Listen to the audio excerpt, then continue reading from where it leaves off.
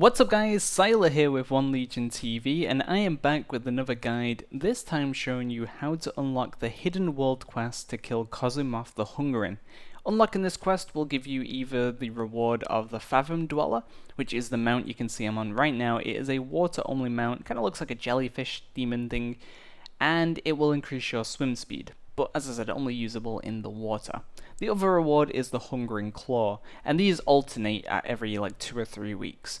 So if you unlock the hidden world quest, you come here, you get the mount, then 2 or 3 weeks time down the line, the world quest will pop up again, and you'll be able to get the Hungering Claw. So don't worry, you will eventually end up with both the mount and the pet. Now this is quite a long process to unlock the world quest, so stick with me. Definitely check the description, as there's going to be a lot of useful information in there as well, along with timestamps and things like that. So step number 1 is to speak to an NPC called Drak'Thul. You'll find him on the Broken Shore, and he's going to be kind of now down near the south of the Broken Shore, as you can see right here on the map. And there will be coordinates and things like that in the description. And head to him, speak to him until he basically has nothing else to say, until he's telling you to go away. You can close the dialogue, speak to him again, make sure there's nothing else.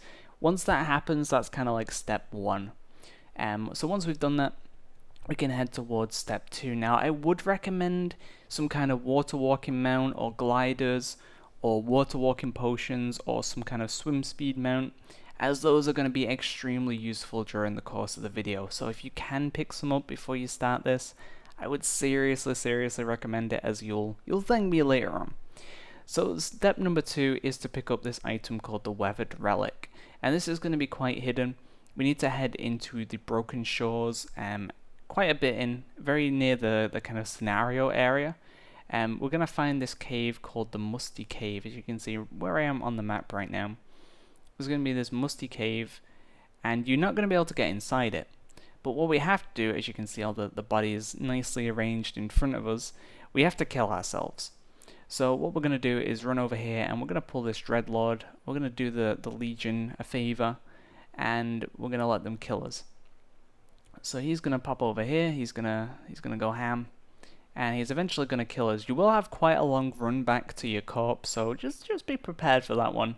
And then eventually you're going to come back to your corpse, but don't resurrect too fast, as you need to make sure you're on the opposite side of these boulders. If you don't do that, then you're going to have to kill yourself again, and it's not a fun time. So do make sure you do run back correctly, as you'll see in a moment. I'm going to run down here, and I'm going to pop myself through the boulders, and then I'm going to resurrect. And I'll be on the inside the Musty Cave, and then right at the back of the Musty Cave, on this kind of right hand side tusk or bone, I'm not really sure what it is, and right underneath it you'll find like a mini grave.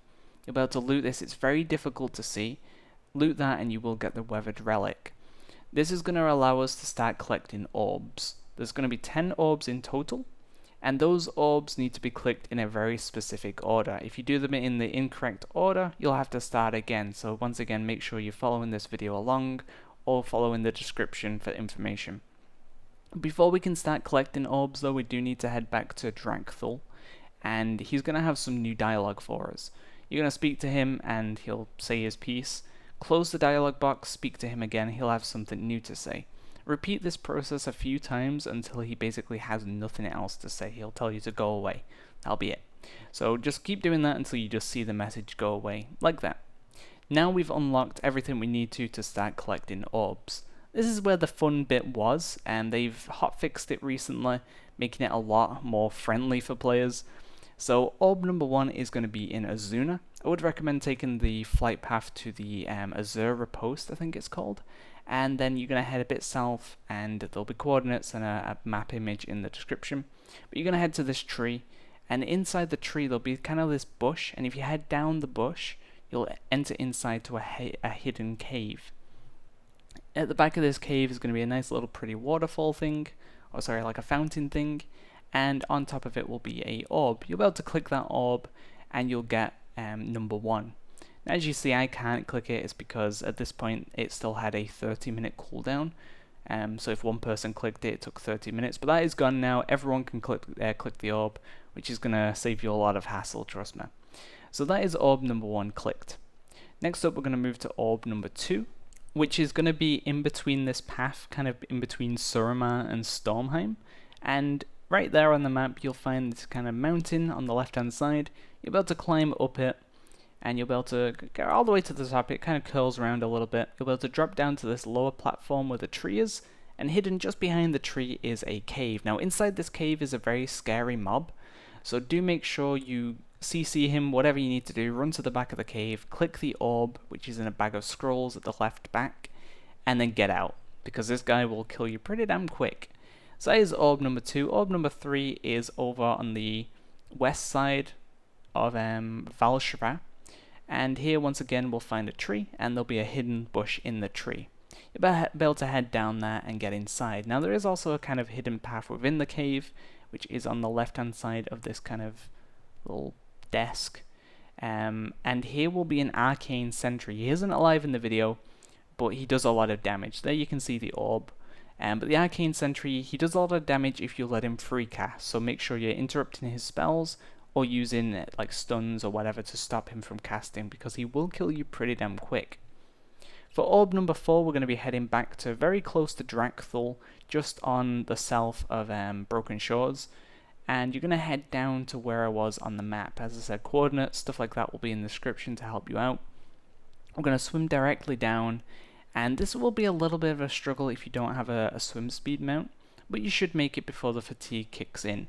Once you get in the cave, the fatigue will disappear and you'll be good once again. So just keep swimming down until you see the little opening, and then we're going to head inside, and then right at the back of the cave there'll be kind of like a little camping area, I guess, and underneath that will be the orb. So that will be orb number 4, nice and gotten. These kind of water jets will do damage to you, or sorry, the steam jets, so just try and avoid those. But there we go, that is that orb. So for orb number 5, we're going to be heading back to Azsuna, and we're going to be heading to where the kind of withered and the Nightfallen are, the quest area that you go to for the Azure dragons, basically. And down in the little sort of crystal path area, there'll be a hidden cave behind these trees. So we're going to go inside here, and we're going to go in a straight line, and then the orb will be right next to these crystals. It'll be kind of in like a weird case thing on the ground. But there you go, that is orb number 5. Orb number 6 is going to be in Stormheim at Shield's Rest, I think it's called. The island that's all the way northeast of Stormheim. You want to be here, which is, it's Shield's something. I believe it's Shield's Rest. Something along those lines. There we go, Shield's Rest. So, northeast, you want to go to Shield's Rest, and then you're going to head north of Shield's Rest, just a little bit left and north. And you'll eventually see this kind of statue coming out of the water, as you can see right there. That's what you want to be aiming towards. So it is a little bit more kind of northwest, but, you know, we're going to head towards that. And once we get there, we're going to swim down. As you just seen in the chat as well, I just used the macro that shows me the orbs that I've collected. Now, I've collected all of them, but if you haven't, you know, you take a break or whatever, you can use that macro and it'll let you know which orb you're up to, or let you know maybe you don't think you clicked one properly. This will let you know that you're still on track, basically. And we want to go here until we see the toothless shark. He's a bit buggy, he does phase in and out, but you want to basically head down when you see that guy. He's friendly, so well, he's passive, so he's not going to numb you unless you pee him off. And you'll head down when you see that guy until you see an opening. Keep swimming down, and then you'll eventually get to the cave entrance. Now, originally this place was a nightmare because it wasn't phased, and the orb was on a 30-minute cooldown or a 50-minute cooldown. So there was a bunch of people in here from all different servers. These steam jets do a lot of damage to you as well, so don't get hit by those. And they were all dying, they were all on top of the orb, so it was a nightmare. But now that it's been fixed, it's a lot more peaceful. Next up for orb number 7, we're going to be heading to the Skyhorn in Highmountain, and we're going to be following this path. We're going to go past the harpies, and we need to basically head up the mountain. And we're going to be going kind of around the right side, and we need to jump down to where we need to be. As far as I know, you can't get there by going up the mountain. We have to go up and then jump down. We can't kind of scale the mountain to get up to it, if that makes sense. So we need to go up to get down.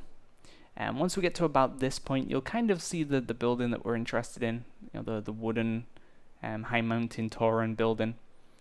and we're gonna keep jumping down till we get to it. Now if you end up on the left side like I do, don't worry, as this path will lead you around to it anyway.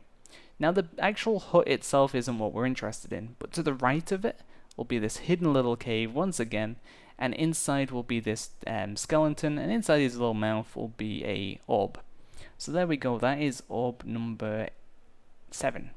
Orb number 8, we're going to be heading back to Azsuna, and this one is going to be once again hidden in a tree bush. So we're going to be heading to the Azsuna post, and then just before you get to the little like village with the lion cat things, you'll see kind of like a little stream waterfall type thing. Before you get to that, stop and head inside the tree. Very similar to the tree earlier where it's like a hidden kind of bush that leads down into a cave, as you can see right here. So we're going to be heading down into this, and then we're going to head right to the back, and behind this leaf will be orb number 8.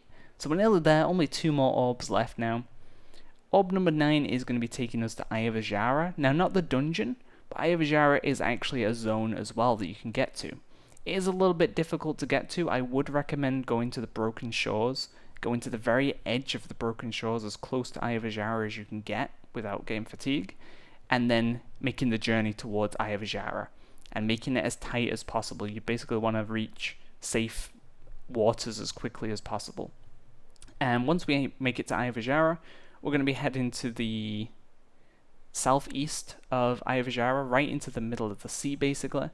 And once we get to, I think it's 79, 89 coordinates, it's right on the kind of southeast edge, we're going to swim down.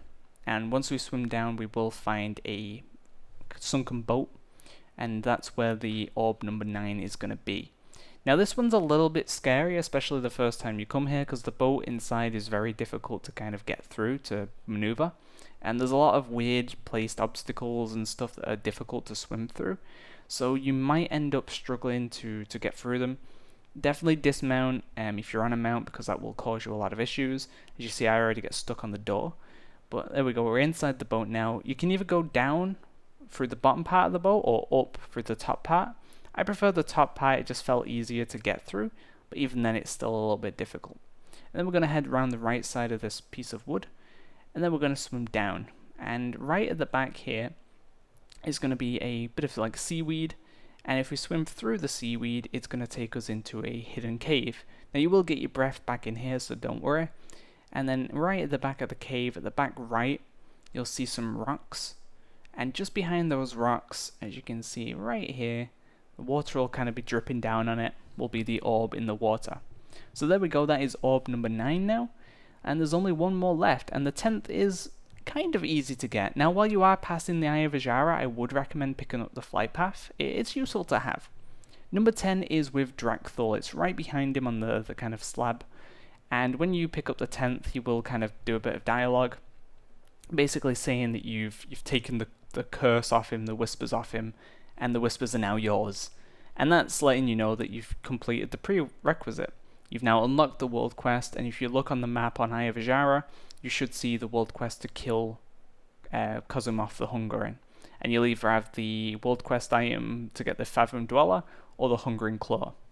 And one other way to tell that you've actually unlocked the world quest is when you head to Eye of Azshara, you'll now have a 90% shadow resistance buff, and it'll be called like Void Attunement. The boss himself isn't too difficult. We were doing it with about 9 people here, I think. As long as you make sure you interrupt all of his casts, you shouldn't really have any issues, especially with the 90% shadow damage reduction buff. It will help you stay alive. But yeah, definitely make sure you're interrupting as much as possible. Realistically, you shouldn't get a cast off, especially if there's a few people. I wouldn't recommend soloing it, but a small group shouldn't really have too much issues doing this. Now you can see this guy if you haven't done the attunement. He will be a rare mob. You can kill him, but you won't actually get anything for killing him. So, kill him as many times as you want, but you won't get anything. You have to actually unlock the world quest, and the world quest will be the only thing that gives you loot from this guy. So there you go, that is everything you need to know to get the attunement for the world quest. Hopefully this guide helped you out. Look out for more guides coming soon. Thanks for watching, guys. See ya.